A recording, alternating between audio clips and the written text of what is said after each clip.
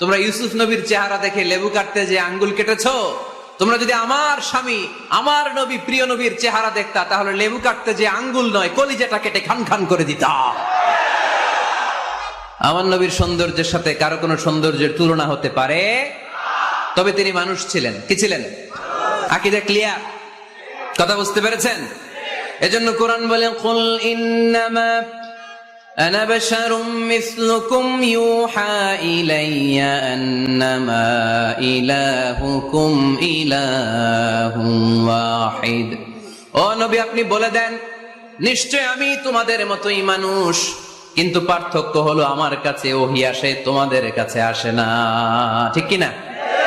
এখানেই পার্থক্য। তিনি গায়েবের কথা, অদৃশ্যের কথা যতটুকু জানানোর আল্লাহ তাআলা বিশ্বনবীকে জানিয়ে দিয়েছে। বিশ্বনবী এটা জানেন, আমরা কি জানি? তাহলে আমাদের মতো উনি কি সাধারণ মানুষ? অসাধারণ মানুষ।